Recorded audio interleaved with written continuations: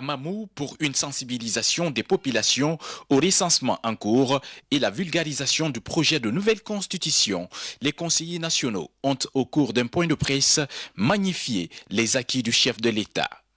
Au compte des acquis du président Mamadi Doumbouya figure la nouvelle constitution qui sera soumise au référendum le 21 septembre prochain.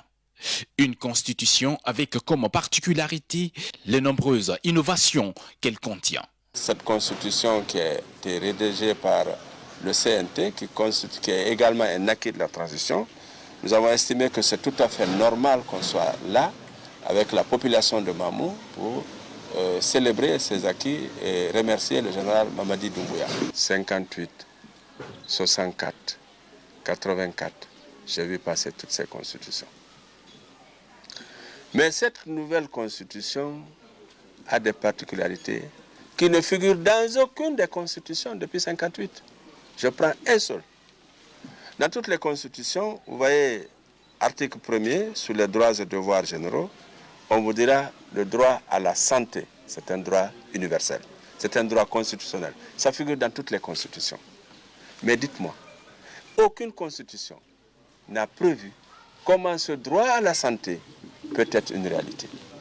Et c'est la première fois qu'on dit dans la Constitution à l'État de garantir la couverture santé universelle à toute la population guinéenne. Le Sénat, ça n'a jamais existé. Maintenant, vous aurez un Parlement bicaméral. Il y aura l'Assemblée nationale, il y aura également le Sénat.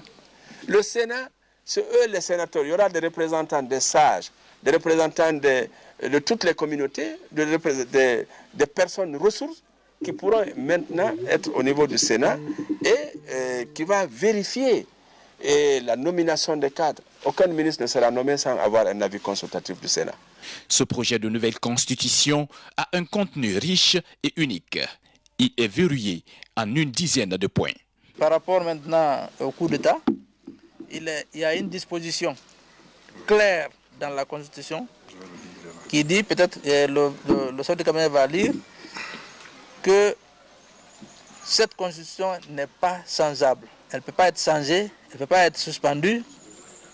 Donc, c'est une Constitution qui peut être révisée selon les modalités fixées même par la Constitution pour les révisions. Mais elle ne sera jamais changée.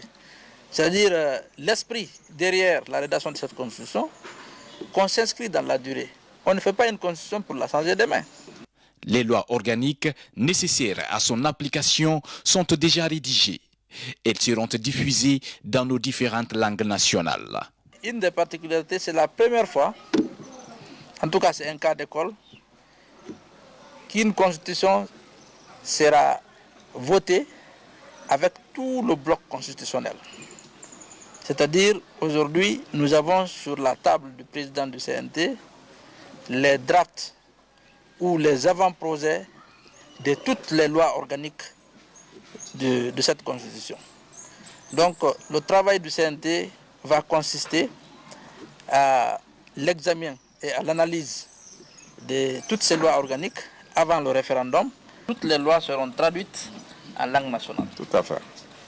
Et tous les actes aussi seront traduits en langue nationale, les décrets. Ce projet de nouvelle constitution a été adopté à l'unanimité des conseillers nationaux. Une constitution qui devra résister au temps et à la tentation des hommes.